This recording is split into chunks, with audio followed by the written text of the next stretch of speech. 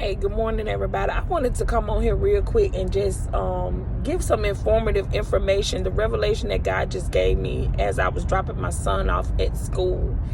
And everybody typically, and when I say everybody, Christians who read the Bible, who knows or at least have heard this scripture used over and over and over again, that God will give you the desires of your heart.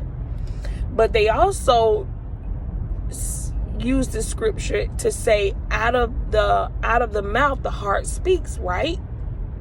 And there's another scripture that they use as well, but I want to tie these two particular scriptures together so people can understand. So out of the mouth the heart speaks, right? And you want God to give you the desires of your heart.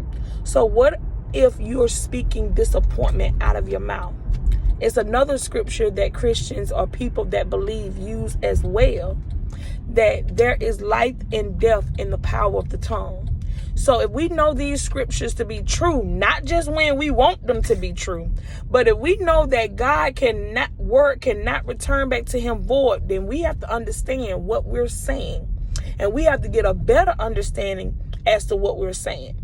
So if I'm speaking out of my mouth disappointment, depression, rejection, witchcraft, wishing bad on people, and then I turn around and say, God, give me the desires of my heart, because in that moment, my heart may desire relationship.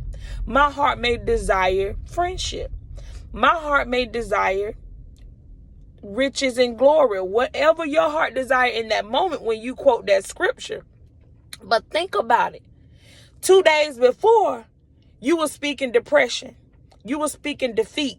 You were speaking so many other things that was contrary to what you was feeling that day. And because nobody's taught you that scripture doesn't just show up when it's convenient for you. That scripture shows up whenever you release it into the atmosphere, whenever you release it into the world, whenever you speak it out of your mouth. Life and death is in the power of the tongue. So you better be mindful. I ain't gonna say you better be. I would advise you to be mindful of the things that you speak and utilizing scripture to combat those things. Because just like you have spoken that, wanting the desires, God will give them to you. What if he gave you the depression? You spoke it, not him. He loved the world in us so much that he gave his only begotten son. And whoever believed in him shall not perish, but have everlasting life. Learn your word, but not just learning it to be able to say it in front of people, because we ain't trying to impress them.